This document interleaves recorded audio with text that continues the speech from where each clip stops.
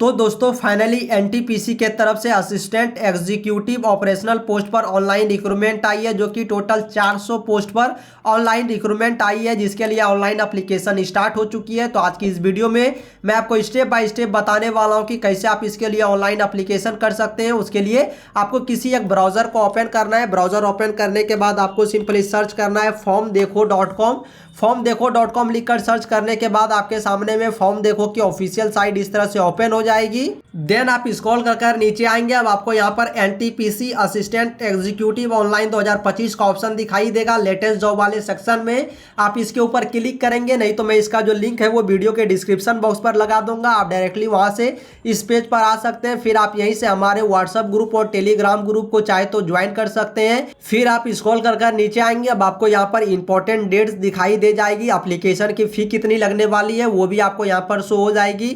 Then आप नीचे आएंगे। नीचे आने के बाद अब आपकी जो एलिजिबिलिटी क्राइटेरिया यहाँ पर मांगी गई है, अगर आपने बीटेक इलेक्ट्रिकल या फिर मैकेनिकल से करके रखी है और 1 साल की अगर आपके पास एक्सपीरियंस है तो आप इस फॉर्म के लिए ऑनलाइन अप्लाई कर सकते हैं। आगे आपको ऑनलाइन करने के लिए सबसे पहले नीचे आनी है। नीचे आने के बाद आपको सबसे पहले यहाँ पर रजिस्ट्रेशन करना होगा। रजिस्ट्रेशन करने के लिए आप यहाँ पर रजिस्ट्रेशन वाले ऑप्शन पर क्लिक करेंगे। इस ऑप्शन पर क्लिक करने के बाद आपके सामने में रजिस्ट्रेशन का पेज ओपन होगा। अगर आपने कभी भी एनटीपीसी के इस पोर्टल पर रजिस्ट्रेशन किया होगा तो आपको यहाँ पर दोबारा रजिस्ट्रेशन करने की जरूरत नहीं पड़ेगी। आप सिंपली यहाँ पर लॉगिन के ऑप्शन पर क्लिक कर अपनी यूजर आईडी, ईमेल आईडी और ये कैप्चा को एंटर करेंगे। देन लॉगिन के ऑप्शन पर क्लिक कर आप लॉगिन कर सकते हैं। और इन केस अगर आप अपने यूजर आईडी को भूल गए तो आप यहीं से फॉरगेट यूजर आईडी के ऑप्शन पर क्लिक कर आप अपने यूजर आईडी को फॉरगेट कर सकते हैं। देन यहाँ मैं आपको बता दूं कि अगर आप इस फॉर्म को अपने से ऑनलाइन नहीं कर पाते हैं तो आपको स्क्रीन के नीचे जो नंबर दिखाई दे रही होगी इस नंबर पर कांटेक्ट कर आप इस फॉर्म को हमारे टीम के साइट से भी ऑनलाइन अप्लाई करवा सकते हैं, जिसके लिए मात्र आपको एक मिनिमम सा अमाउंट पे करना होगा। तो अगर आप चाहते हैं इस फॉर्म को हमारी टीम के साइट से ऑनलाइन अप्लाई करवानी तो आप दिए गए नंबर पर कांटेक्ट कर सकते हैं, जो आपको नीचे शो हो रही होगी। फिर आपको यहाँ पर सबसे पहले रजिस्ट्रेशन करनी है। अगर आपने रजिस्ट्रेशन नहीं किया है तो उसके लिए रजिस्ट्रेशन वाले इस ऑप्शन पर क्लिक करेंगे। इस तरह की पेज आपको सामने में ओपन होगी। फिर आप यहाँ से अपने टाइटल को सिलेक्ट करेंगे। टाइटल सेलेक्ट करने के बाद आपका जो फर्स्ट नेम है, देन आपकी जो मिडिल नेम है उसे इंटर करेंगे। लास्ट नेम को आप यहाँ पर इंटर करेंगे। उसके बाद आपको अपनी कैटेगरी यहाँ से सेलेक्ट कर लेनी है। आप ध्यान से कैटेगरी को सेलेक्ट करेंगे क्योंकि कैटेगरी के बेसिस पर ही आपकी फ़ी की पेमेंट लगने वाली होगी। तो यहाँ पर आप अपने अकॉर्डिंग अपना कैटेगरी सेलेक्ट करेंगे। फिर आप अपने जेंडर को यहाँ से सेलेक्ट कर लेंगे। डेट ऑफ बर्थ आपकी जो भी होगी, डेट ऑफ बर्थ को आप यहाँ पर कैलेंडर के ऑप्शन पर क्लिक कर चूज करेंगे। देन आपको यहाँ पर फादर्स के टाइटल को सेलेक्ट करना है। यहाँ पर मिस्टर या फिर डॉक्टर या कुछ भी टाइटल यहाँ पर सेलेक्ट कर सकते हैं। तो चलिए मैं यहाँ पर मिस्टर सेलेक्ट करता हूँ। फादर्स नेम को यहाँ पर टाइप कर देनी है। फादर्स की ऑक्यूपेशन क्या है, यानी कि फार्मर है, गवर्नमेंट में जॉब करते हैं या फिर जो भी है उसे आपको यहाँ से सेलेक्ट कर लेनी है। सेलेक्ट करने के बाद आपको यहाँ पर मदर्स के टाइटल को सेलेक्ट करना होगा। मदर्स के टाइटल को सेलेक्ट करने के बाद आपको मदर्स के नेम को टाइप करना होगा। उसके बाद मदर्स की जो भी ऑक्यूपेशन है उसे आपको यहाँ पर सेलेक्ट करनी होगी। उसके बाद आपको अपनी नेशनलिटी को यहाँ पर सेलेक्ट करनी होगी। आप जिस भी कंट्री से बिलोंग करते होंगे उस कंट्री के नेम को आपको यहाँ पर इंटर करना है। देन अब आपको आपकी डोमिसाइल स्टेट को यहाँ से सेलेक्ट करना होगा। जो भी स्टेट आपकी होगी उसे आप सेलेक्ट करेंगे। मदर टंग को आप यहाँ से सेलेक्ट करेंगे। देन आपको आपकी करंट एड्रेस को इंटर करना होगा। यहाँ पर आप अपने फुल एड्रेस को टाइप करेंगे। फिर आपकी जो करंट एड्रेस की सिटी होगी उस सिटी को आप यहाँ पर इंटर कर देंगे। देन आप यहाँ पर करंट एड्रेस स्टेट को सेलेक्ट करेंगे। करंट आप जहाँ पर रह रहे होंगे उस स्टेट को आप सेलेक्ट करेंगे। उसके बाद एड्रेस पिन कोड को आप यहाँ पर इंटर कर देंगे। आपकी जो भी करंट एड्रेस की पिन कोड होगी उसे आप इंटर करेंगे। फिर आपकी जो भी रिलीजन होगी उसे आप यहाँ से सेलेक्ट करेंगे। जैसे आपको यहाँ पर हिंदू, मुस्लिम, सिख, ईसाई कई तरह के ऑप्शन मिल जाएंगे। आप अपने अकॉर्डिंग अपने रिलीजन को सेलेक्ट करेंगे। देन आप नीचे आएंगे। अगर आप एक्स सर्विसमैन होंगे तो यस करेंगे, नहीं तो नो के ऑप्शन पर क्लिक करेंगे। फिर आपसे यहाँ पर पूछी जा रही है आप अगर 1/1/1980 से लेकर 31/12/1989 तक अगर डोमिसाइल थे कश्मीर के तो आप यहाँ पर यस करेंगे, नहीं तो नो के ऑप्शन पर क्लिक करेंगे। देन आप नीचे आएंगे। नीचे आने के बाद अगर आप करंटली वर्क करते होंगे एनटीपीसी में तो आप यहाँ पर यस करेंगे, नहीं तो नो के ऑप्शन पर क्लिक करेंगे। फिर आपके पास अगर एनटीपीसी की एम्प्लॉय नंबर होगी, अगर आप यहाँ पर काम करते होंगे एनटीपीसी में तो यस करेंगे, फिर आपको इस नंबर को यहाँ पर इंटर करनी होगी, नहीं तो आप यहाँ पर नो के ऑप्शन पर क्लिक करेंगे। फिर अगर आप दिव्यांग होंगे तो यस करेंगे, नहीं तो नो के ऑप्शन पर क्लिक करेंगे। देन अपनी मैरिटल स्टेटस को यहाँ से आप सेलेक्ट करेंगे, आप सिंगल है मैरिड है जो भी है उसे आप सेलेक्ट करेंगे। फिर आपको डेट ऑफ मैरिज को यहाँ पर सेलेक्ट करनी होगी, अगर आप मैरिड है तो आपको डेट ऑफ मैरिज को यहाँ पर सेलेक्ट करना होगा। देन आप अपनी ईमेल आईडी इंटर करेंगे, मोबाइल नंबर यहाँ पर इंटर करेंगे। ईमेल आईडी और मोबाइल नंबर आप वही इंटर करेंगे जो आप यूज करते होंगे, क्योंकि इस रिक्रूटमेंट से रिलेटेड जो भी चीजें आपको सेंड की जाएगी वो इसी ईमेल आईडी और मोबाइल नंबर पर सेंड की जाएगी। उसके बाद अगर आपके पास कोई अल्टरनेट मोबाइल नंबर होगा तो उसे आप इंटर कर सकते हैं। फिर फादर्स के डेट ऑफ बर्थ को आप इंटर कर सकते हैं, नहीं तो आप इसे छोड़ देंगे। मदर्स के डेट ऑफ बर्थ को इंटर कर सकते हैं, नहीं तो आप इसे छोड़ सकते हैं। सारी डिटेल्स को इंटर करने के बाद आपको सेव एंड रजिस्टर के ऑप्शन पर क्लिक कर लेनी है। फिर आपका जो यूजर आईडी है वो आपके रजिस्टर ईमेल आईडी पर सेंड कर दी गई होगी। उस यूजर आईडी को आप यहाँ पर इंटर करेंगे, अपनी ईमेल आईडी को यहाँ पर इंटर करेंगे। फिर आपको ये कैप्चा दिखाई दे रही होगी, इसे आप सॉल्व करेंगे, इसके आंसर को यहाँ पर इंटर करेंगे। देन लॉगिन के ऑप्शन पर क्लिक कर आप इस पोर्टल पर लॉगिन करेंगे। अब लॉगिन करते ही आपके सामने में कुछ इस तरह की डैशबोर्ड ओपन होगी। फिर आपको अप्लाई वाले सेक्शन पर क्लिक करनी है। अब आपको यहाँ से एडवर्टाइजमेंट नंबर को सिलेक्ट करना होगा, जिसमें आप यहाँ पर सेकेंड नंबर वाले एडवर्टाइजमेंट नंबर को सेलेक्ट करेंगे, 04/25 वाले ऑप्शन को। फिर आपको जिस भी पोस्ट के लिए अप्लाई करनी है उस पोस्ट को यहाँ से सेलेक्ट करना है। यहाँ पर आपको एक ही पोस्ट दिखाई दे रही होगी तो आप इसे सेलेक्ट करेंगे। सेलेक्ट करने के बाद आपके सामने में इस तरह की पेज आएगी। फिर आपसे यहाँ पर पूछी जा रही है कि इस रिक्रूटमेंट में 1 साल की वर्क एक्सपीरियंस आपसे मांगी गई है, क्या आपके पास 1 साल की वर्क एक्सपीरियंस है? तो आप यहाँ पर यस करेंगे। फिर आप यहाँ पर नीचे आएंगे, यहाँ पर भी आप यस करेंगे कि आपने एडवर्टाइजमेंट को डिटेल से रीड किया है। फिर आप यहाँ पर गो नेक्स्ट के ऑप्शन पर क्लिक करेंगे। इस ऑप्शन पर क्लिक करने के बाद आपके सामने में क्वालिफिकेशन डिटेल्स इस तरह से ओपन होगी। फिर आप अपनी क्वालिफिकेशन डिटेल्स को यहाँ पर इंटर करेंगे, जिसमें सबसे पहले आपको सेलेक्ट क्वालिफिकेशन के ऑप्शन पर क्लिक करनी होगी। इसमें आपको BE BTech degree in engineering का ऑप्शन मिलेगा, इसे आप सेलेक्ट करेंगे।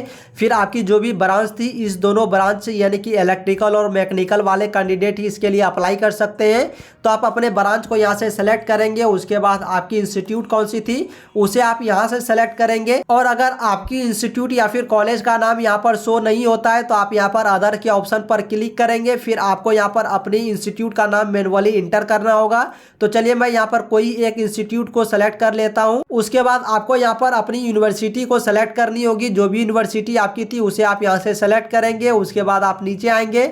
अब आपकी जो एकेडमिक ईयर थी कब से कब तक थी उस डेट को आप यहाँ पर सेलेक्ट करेंगे। जैसे कि बीटेक की जो कोर्स होती है वो 4 साल की होती है, तो आपने जब एडमिशन लिया था उस डेट को आप यहाँ से इंटर करेंगे। फिर आपने जब अपना कोर्स कंप्लीट किया था उसके डेट को आप यहाँ पर इंटर करेंगे, यानी इस कैलेंडर के ऑप्शन पर क्लिक कर उस डेट को सेलेक्ट करेंगे। फिर आपकी एक्वायरिंग क्वालिफिकेशन कब गई थी, यानी कि आपको जो भी सर्टिफिकेट मिला होगा फाइनल, उस डेट को आप यहाँ पर इंटर करेंगे। फिर आपकी मार्क्स कितनी थी उस मार्क्स को आप यहाँ पर परसेंटेज में इंटर करेंगे। फिर आप चाहे तो एक से ज्यादा क्वालिफिकेशन को ऐड कर सकते हैं, नहीं तो ये एक क्वालिफिकेशन रिक्वायर्ड है तो आप इसे इंटर करेंगे। फिर आप नीचे आएंगे। अब आपसे यहाँ पर सेकेंड स्टेप में आपकी वर्क एक्सपीरियंस की डिटेल्स पूछी जा रही है, जिसमें मैंने आपको बताया था कि आपको 1 साल की वर्क एक्सपीरियंस होनी चाहिए आपके पास। तो सबसे पहले आप उस ऑर्गेनाइजेशन का नाम एड्रेस के साथ इंटर करेंगे जिसमें आपने काम किया था। फिर आपकी जो भी पोजीशन थी उस पोजीशन को आप यहाँ पर डिस्क्राइब करेंगे, आपने कब से लेकर कब तक काम किया था उस डेट को आप यहाँ पर कैलेंडर के ऑप्शन पर क्लिक कर सेलेक्ट करेंगे। उसके बाद आपकी सेक्टर कौन सी थी, गवर्नमेंट या फिर प्राइवेट सेक्टर, आपने जिसमें भी काम किया होगा उसे आप सेलेक्ट करेंगे। अब आपकी पे स्केल क्या थी उसे आपको यहाँ पर टाइप करना होगा, अपनी पे स्केल को आप यहाँ पर इंटर करेंगे। फिर आपकी जो वर्क प्रोफाइल थी उसके बारे में आप यहाँ पर अपने जो भी काम किया था उसका रोल किया था या फिर आप कौन सा काम करते थे उसके बारे में आप यहाँ पर मिनिमम 150 कैरेक्टर में उसे डिस्क्राइब करेंगे। फिर आप नीचे आएंगे। एरिया ऑफ एक्सपीरियंस आपसे पूछी जा रही है किस एरिया में आपकी एक्सपीरियंस थी, तो इसमें से जिस भी एरिया में आपकी एक्सपीरियंस होगी उसे आप यहाँ से सेलेक्ट करेंगे। फिर आपसे यहाँ पर पूछी जा रही है क्या आपके ऊपर कोई भी क्रिमिनल केसेस पेंडिंग तो नहीं है, आप यहाँ पर यस या नो में आंसर करेंगे। अगर आपके ऊपर कोई भी क्रिमिनल केस पेंडिंग होगी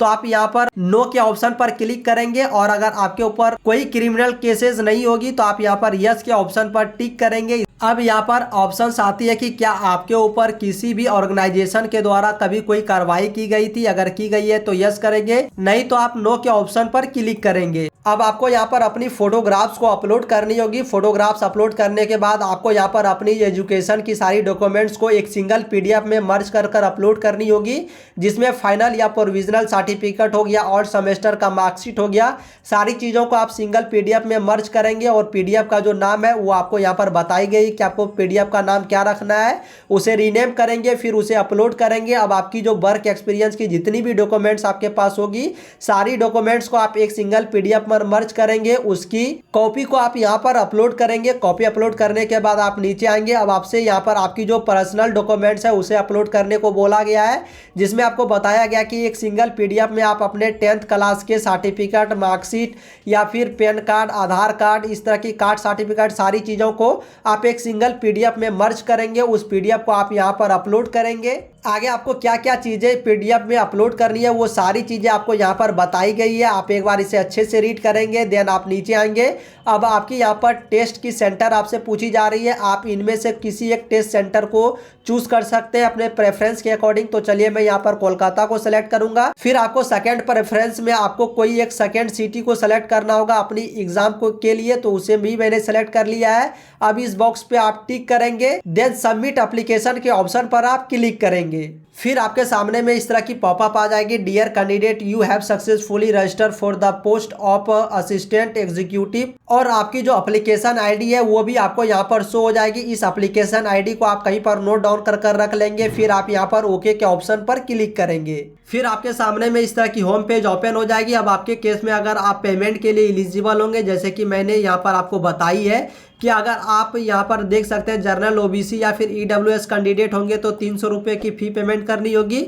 फिजिकल हैंडीकैप या फिर SC ST वालों को कोई फ़ी नहीं लगने वाली है। तो अगर आप इन सारे कैटेगरीज से आते होंगे तो आपको फॉर्म की फ़ी पे करनी होगी। उसके लिए आपको अगेन पेमेंट वाले ऑप्शन पर आनी है। मेरे केस में मैं फ़ी के लिए एलिजिबल नहीं हूँ, तो मुझे एडवर्टाइजमेंट नंबर जो 04/25 वाली थी वो ऑप्शंस नहीं दिखाई दे रही है। आपके केस में अगर आपको पेमेंट करनी होगी तो वो एडवर्टाइजमेंट नंबर आपको शो होगी, उसे सेलेक्ट कर फिर आप जिस भी पोस्ट के लिए अप्लाई कर रहे हैं उस पोस्ट को यहाँ से सेलेक्ट कर आप अपने पेमेंट को पे कर सकते हैं। फिर अगर आपको अपनी फाइनल पीडीएफ को डाउनलोड करनी हो तो उसके लिए आप डाउनलोड वाले ऑप्शन पर क्लिक करेंगे। फिर आपको यहाँ से अपनी एडवर्टाइजमेंट नंबर को सेलेक्ट करनी होगी। देन आपको यहाँ पर जिस भी पोस्ट के लिए आप अप्लाई किए थे उसे आपको सेलेक्ट करनी होगी। फिर सेलेक्ट डाउनलोड के ऑप्शन पर क्लिक करेंगे। यहाँ से आप अपने एप्लीकेशन रजिस्ट्रेशन स्लिप को सेलेक्ट करेंगे। फिर आपको यहाँ से अपनी जो रजिस्ट्रेशन आईडी होगी उसे सेलेक्ट करनी होगी, जो मैंने आपको बताई थी कि नोट डाउन कर आप उसे रख ले। तो यहाँ पर आप देख सकते हैं कि मेरी जो फाइनल प्रिंट आउट है वो मुझे इस तरह से शो हो गई है। इस तरह से आप अपने फाइनल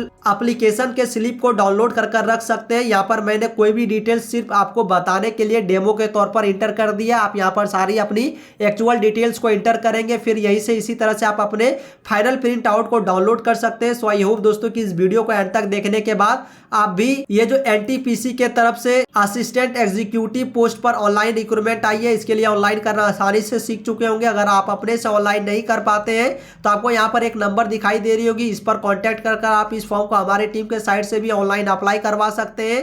बाकी अगर आपको वीडियो इन्फॉर्मेटिव लगी हो तो वीडियो को लाइक कर दीजिए, अपने दोस्तों में शेयर कर दीजिए। इस चैनल पर पहली बार आए तो चैनल को सब्सक्राइब कर भी रख सकते हैं, क्योंकि मैं ऐसे ही जॉब रिलेटेड वीडियोस को इस चैनल पर अपलोड करते रहता हूं।